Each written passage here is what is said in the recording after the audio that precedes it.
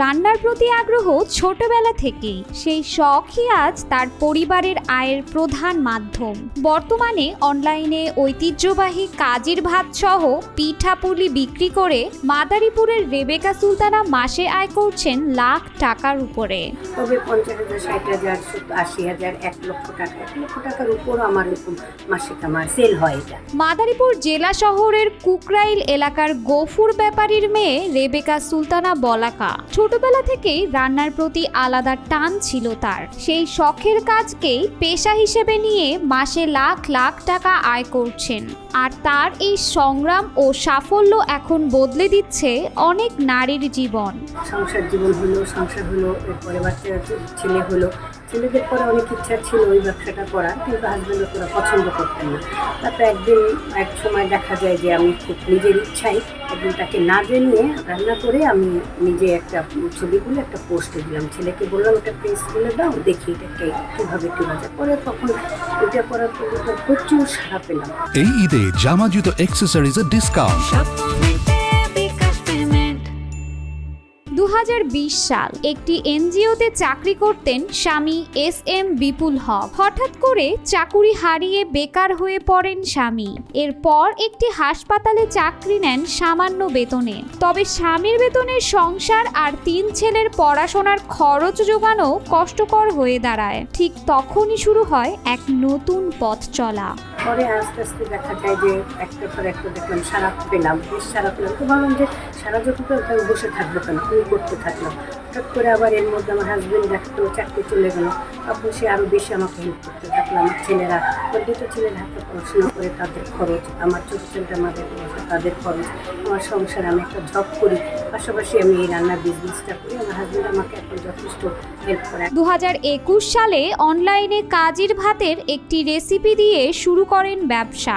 আমি ওটা জব করতাম, তো সেই জবটা যখন আমার চলে যায় তখন আমরা স্বামী স্ত্রীরা চিন্তা করলাম যে কী করা যায়। যদিও এই পেজটা খোলা ছিল অনেক আগে, তার উদ্যোগী, আমার স্ত্রীর উদ্যোগী তিনি শুরু করেছেন, এবং আমরা এই ব্যবসাটাকে স্থায়ীভাবে করার জন্য আমরা চিন্তা করছি কী করা যায়, এটাকে আরও কীভাবে ডেভেলপ করা যায়। সেক্ষেত্রে আমি যেহেতু একটা এনজিওর সাথে জড়িত ছিলাম, আমি বিভিন্ন এনজিওর প্রোগ্রামগুলাই আমি এই অ্যাড দিয়ে মোটামুটি খাবারের যে চাহিদাটাকে কীভাবে বাড়ানো যায় সেই প্ল্যান করে আমরা দুজনে আগে।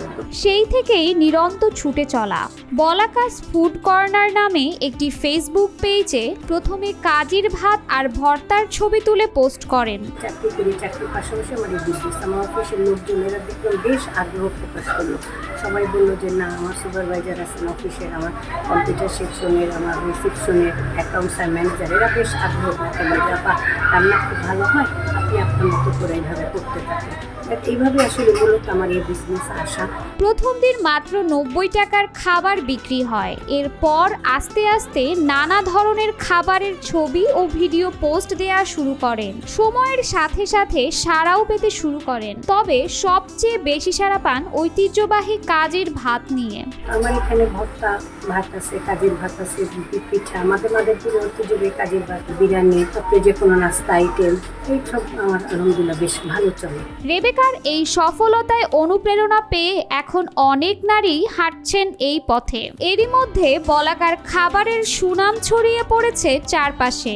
গ্রাহকরা চাহিদা অনুযায়ী আগে থেকেই অর্ডার দিয়ে থাকেন রেবেকার অনলাইন পেজে। একজন নারী উদ্যোক্তা হয়ে আছে, সেটা মাদারীপুরে আসলে এরকম ভাবে কারোটা ফলো আপ ছিল না। তারটা বেশ ভালো ফলো আপ হয়েছে, এবং তার রান্না আমরা অনেকবার খেয়েছি। শুধু আমি একা যে নিয়েছি আমার অফিসের জন্য সেখানেও না, এইখানে আমার যে দাতা সংস্থার প্রতিনিধিও আসতো মাঝে মাঝে, তাদের জন্য এখান থেকে খাবার নেওয়া হয়েছে। এবং এই খাবারগুলো মানে এত বেশি প্রশংসা করছে যে যতবারই তারা আসছে তারা আমাকে বলছে যে আপনি এখান থেকে খাবারগুলো নেন। অসহায় পিছিয়ে পড়া নারীরাও যেন তার পথে এগিয়ে আসে, এটি রেবেকার স্বপ্ন। মূলত নারীরা ঘরে বসে থেকে কোনো লাভ নেই, এদের আসলে দরকার একটা কিছু করা, নিজের পরিচিতি তৈরি করা। আর ঘরে বসে যদি রান্নাটা করা যায়, এটা তো খুবই ভালো একটা উদ্যোগ। আপনি একটা রান্না করবেন, এটা মানুষে খাবে, আলহামদুলিল্লাহ। আর ফ্রেশ খাবার, হোমমেড খাবার, এটা আসলে সবাই পছন্দ করে। বলাকার নিজের প্রচেষ্টায় স্বাবলম্বী হওয়ার গল্প এখন এলাকার সবার মুখে মুখে। ঘরে বসেও যে নারীরা নিজ উদ্যোগে সম্মানজনক আয় করতে পারেন, তার একটি বড় উদাহরণ বলাকা। আমরা নারী আমরা পারি। আসলে এটা সত্য কথা, আমরা নারী, আমরা আসলে সব কিছুই পারি। মূলত এই চেষ্টাটা আমরা সব নারীদের আমাদের করা উচিত। ঘরে বসে আমরা যদি পাশাপাশি যে কোনো একটা বিজনেস আমরা করি, তাহলে আমাদের সামনে একটা হেল্প হয়, তো স্বাচ্ছন্দ্য থাকা যায়। সফল উদ্যোক্তা বলাকার সাফল্য কামনা করে অন্য নারীদেরও স্বাবলম্বী হওয়ার জন্য এভাবে এগিয়ে আসার প্রত্যাশার কথা বললেন মাদারীপুর মহিলা অধিদপ্তরের উপপরিচালক নাজনীন আফরোজ। উনি যে কাজির ভাত, এটা কিন্তু আসলে বাংলাদেশের অনেক জায়গায় খুব ফেভারিট একটা খাবার।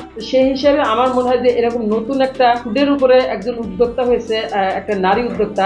তো এই ফুড কাজির ভাতটা আমি বিভিন্ন মিটিংয়ে চেষ্টা করব যে একদিন যে কোনো এক জায়গায় এই কাজির ভাতের একটা আইটেম রাখা যায়, এবং সেটা আমি যাতে সবাই আগ্রহী হবেন খেয়ে, যাতে সবাই আরও প্রচার করতে পারে। এবং আমি আমার ডিপার্টমেন্টের অফিসারদেরকে সব উপজেলায় বলবো যে কোনো প্রোগ্রামে এই কাজির ভাতের একটা অর্ডার দিও, এবং আমি আমার অফিসেও চেষ্টা করবো ইনশাআল্লাহ যে কোনো মিটিংয়ে নেক্সট আমি এই কাজির ভাতের আইটেমটা রাখবো, যাতে সবাই খেয়ে একটু উৎসাহিত হয়। সমাজে পিছিয়ে পড়া নারীদের প্রশিক্ষণ দিয়ে স্বাবলম্বী করতে বলাকারা যেন এগিয়ে যেতে পারে, এজন্য প্রয়োজন সরকারি পৃষ্ঠপোষকতা। এজন্য মহিলা অধিদপ্তর সহ সরকারি বিভিন্ন দপ্তরকে এগিয়ে আসার আহ্বান জানান ভিন্ন ভিন্ন পেশার নারীরা।